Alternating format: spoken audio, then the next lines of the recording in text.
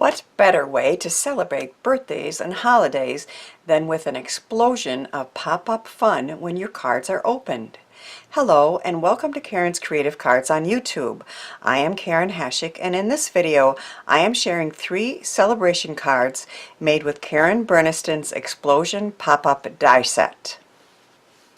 Here is the first card. It is a Halloween card for one of my female friends. All the dies on this card are from Karen Burniston, various sets, and more specifics will be on my blog post, which I will link in the description. But I'm hoping you can see there's some funny hands reaching out from underneath the tombstones, and when you open it,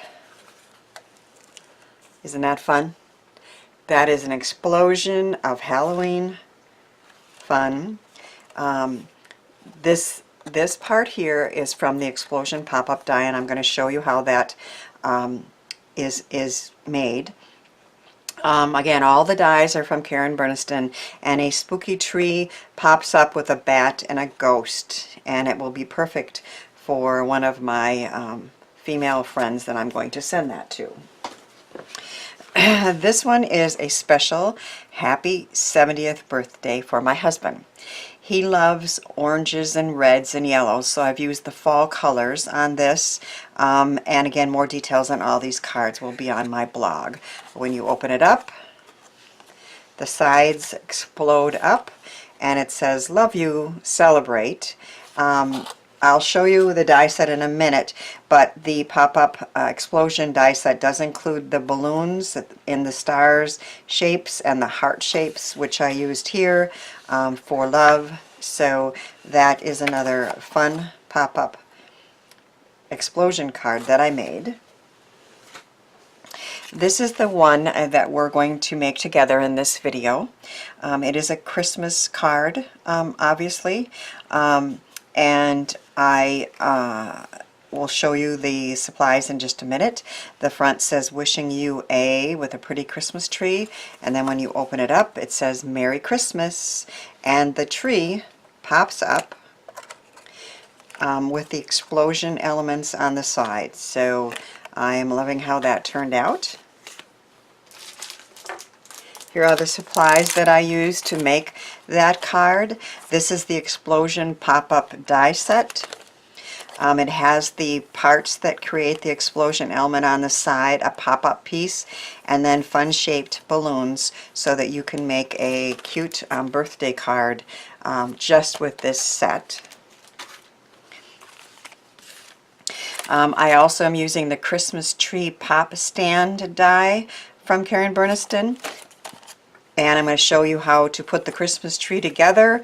I am not using it the way she shows it here. I'm using it on the Explosion pop-up element. This is a new Merry Christmas die from Karen Burniston. I just love the font on that, and the size is great for a Christmas card. I'm also using the Rectangles Crosshatch set. Whenever I put a rectangle or a square or a circle on a card nowadays, I use stitched or crosshatch or some kind of interest in the die rather than just the plain dies. I have used Gina Marie Designs sparkly gems. So they're little gems that are circular in different sizes, and I've used that. And I'm using an Alterations Sizzix Tim Holtz embossing folder with snowflakes for the trees. And I am loving this Cobalt Velour mirror card from Tonic Studios, and I use that in the trees also. I have started the card and finished the front. You don't need to see me die cutting or gluing, and this part doesn't need too much explanation. I did do some sponging with a distress ink around the edge on this one to show the crosshatch feature a little bit more. Wishing You a is a memory box die, and I used those little sparkly gems to dot the eyes. I cut out a flat Christmas tree for the front of the card, and I embossed it with that embossing folder, and I put a star on. So my card that I'm going to be working with today, the front is finished, and then I have attached the Merry Christmas cut out of that blue velour paper from Tonic, and I've done one side of this, and I'm going to show you how to make the other side. So there is a center piece that goes in between both of those side pop-up pieces, and I've die cut that out with the pop-up die from Karen Burniston's set. And for the larger cards that I showed you, the Halloween and the birthday one, I used Karen Burniston's measurements that she showed in the video, so that this piece would be 3 1/4 by 4. But this card is an A2 size, and I decided to make one of the cards an A2 size to see how that would work. So this inside piece is 2 1/2 by 6, and you score it at halfway, which is 3, and you die cut that piece out of the center, and we'll be putting that in after we do this piece. Now this is the main piece of this die. This is the explosion piece, and you cut 2 of these with a lightweight paper. Now I'm going to tell you that this isn't super easy, but it's not super hard. But what you need to do with any of Karen Burniston's dies is to watch her videos, and I have linked the one specifically for this set, and that's the best way to learn. She's a paper engineer. They're her dies. She's very good at explaining it, but I'm going to try to show you as she showed me, and you'll see that it's not too hard. So I've die cut 2 of these side pieces out of this snowflake paper. And then what she advises you to do is to fold, I'm going to get my favorite bone folder here. You fold it in the center, and then you also fold along the diagonal line, which you can see there, and you reinforce that. And then you're also going to fold on every one of those scored lines.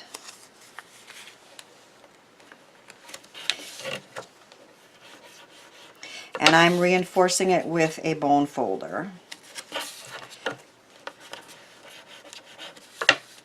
And you're just starting to train these lines by doing that.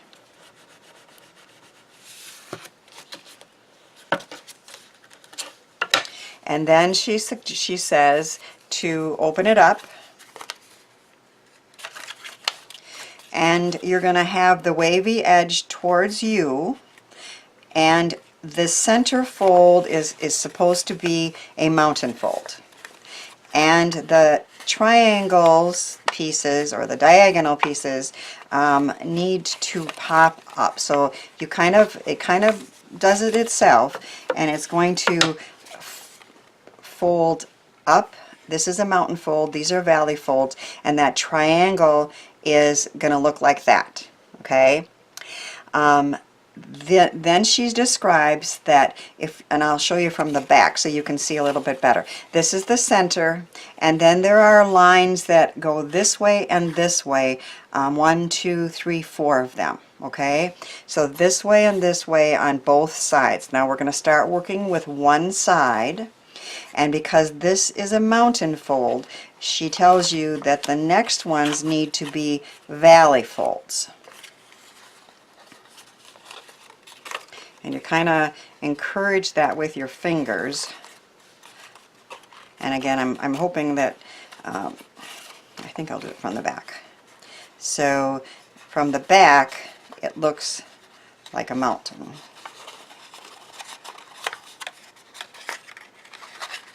And I know that my fingers, it takes a little maneuvering, so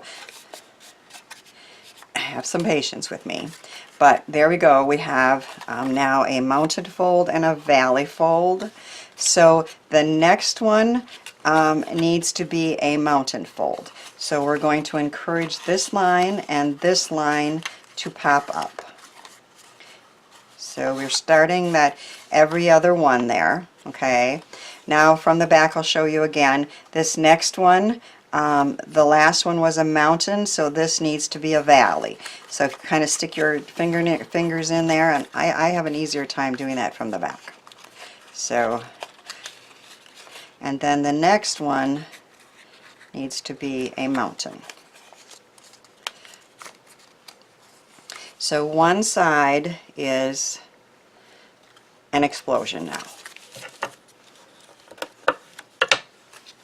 Okay, so we're going to repeat that over here. So the center is a mountain, so the next one needs to be a valley. And again, I have an easier time doing it from the back. So I'm going to do it from the back.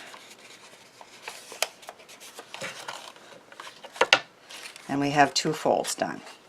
The next one then needs to be a mountain.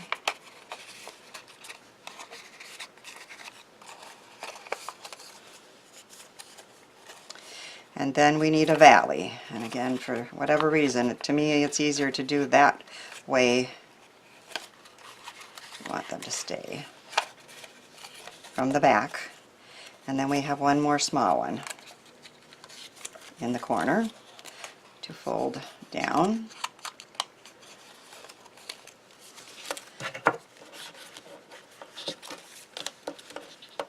And that is what you should end up, is a piece that is has a triangle out of there, and it's going to pop open. And I'm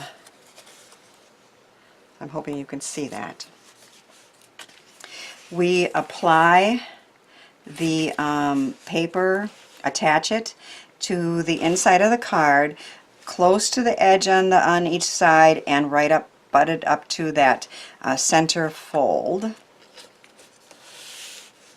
And each triangle is out to the edge, if that makes sense. Okay, and I need my permanent tape runner.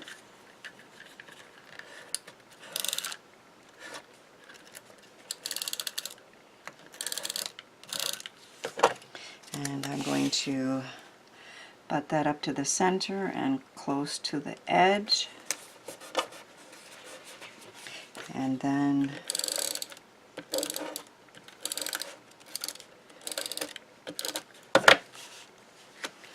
close it. And then open it. And our explosion pieces are done.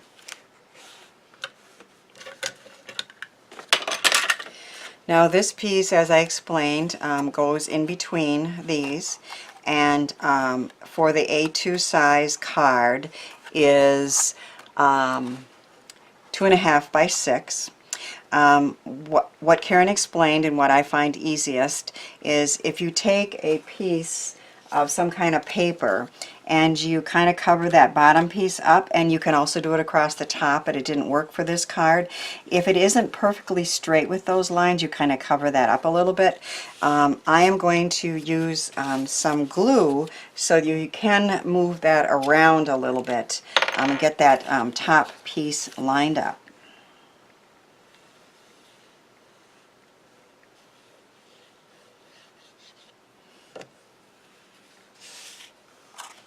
So I'm going to put it in the fold and then try to center it. And again, that glue allows you to move it around a little bit so it lines up with the top lines of that.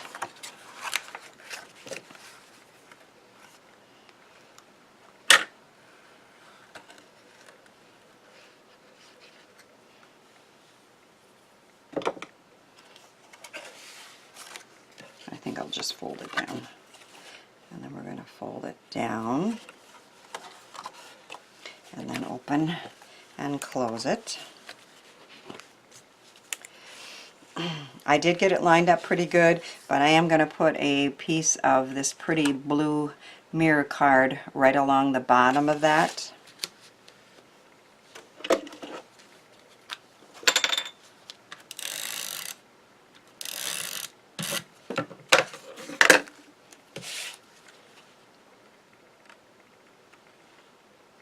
Is I hidden away? Probably was, huh?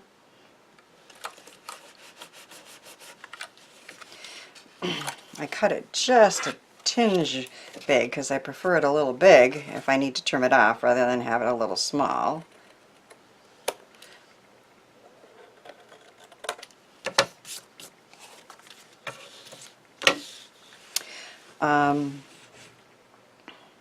Next we're going to be working with the tree. Now I have cut and embossed all the pieces of the tree, and I decorated a couple of the inside pieces with some of those Gina Marie's designed sparkly white gems. What Karen Burniston explains to do is to take the center piece, so you have two outside pieces that I cut out of the silver, and they're going to be the front and the back of the tree. And again, I've embossed them all. I just love the look of the snowflake embossing on that mirror and sparkly cards. She says take this one with the slots, and then you take the second one with the slots and you slide it in and you push that down, and then you have to fold over this one just a little bit to get it through. And then once you do get it through, then you unfold it. So you have one of the trees in there, and then she says to lay both of them flat so you can see the slots, and then you're going to slide this one in. This one doesn't have, it has the top and the bottom. I think I want it this way. I know I want the embossing to show once it's open, and that's right. And then you're going to take that top one again and just bend it down a little bit and slide it through. Come on, fingers. And then once it is through, don't want to do it yet, then you're going to unbend it. Okay.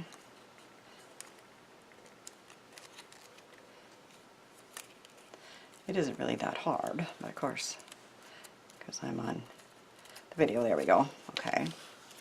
So now we have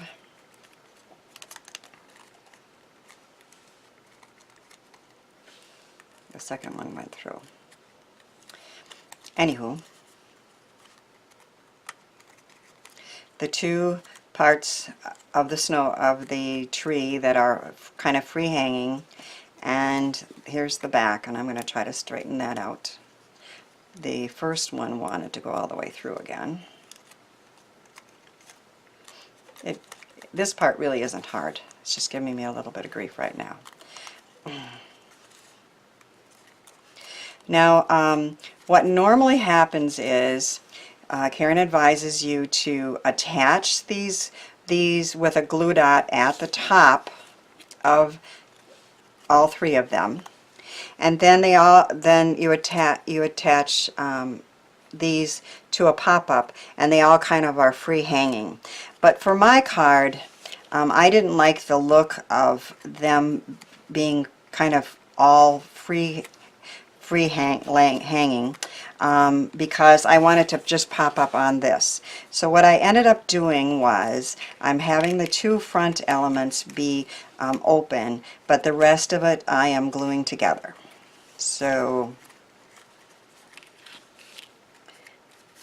I'm going to put some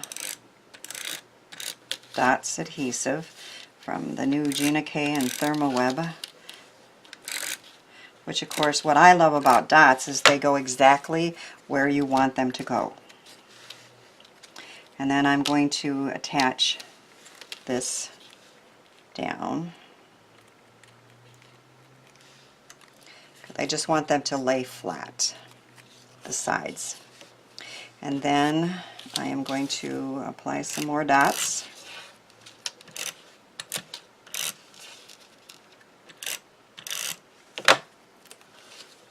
And put this on the front.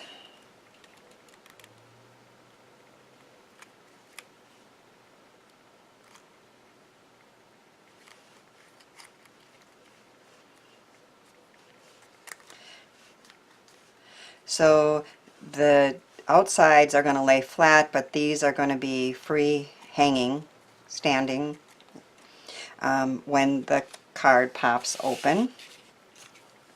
And then what Karen also then suggests doing, we're going to put a glue dot on that bottom pop-out piece. Or maybe we should put it on the back here.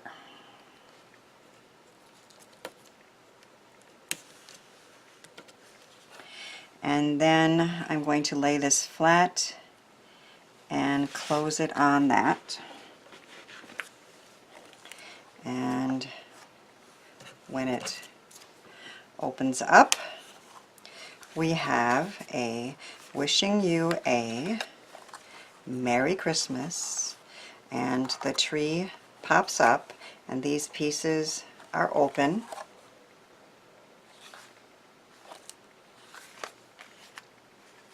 So our Christmas tree pop-up is done. I sure had fun designing these explosion cards for holidays and birthdays, and I hope that you will give them a try. Please share a link in the comments section if you try an explosion card, as I would love to see it. Thanks for watching, sharing, and subscribing, and thanks too for helping me share the joy of creativity.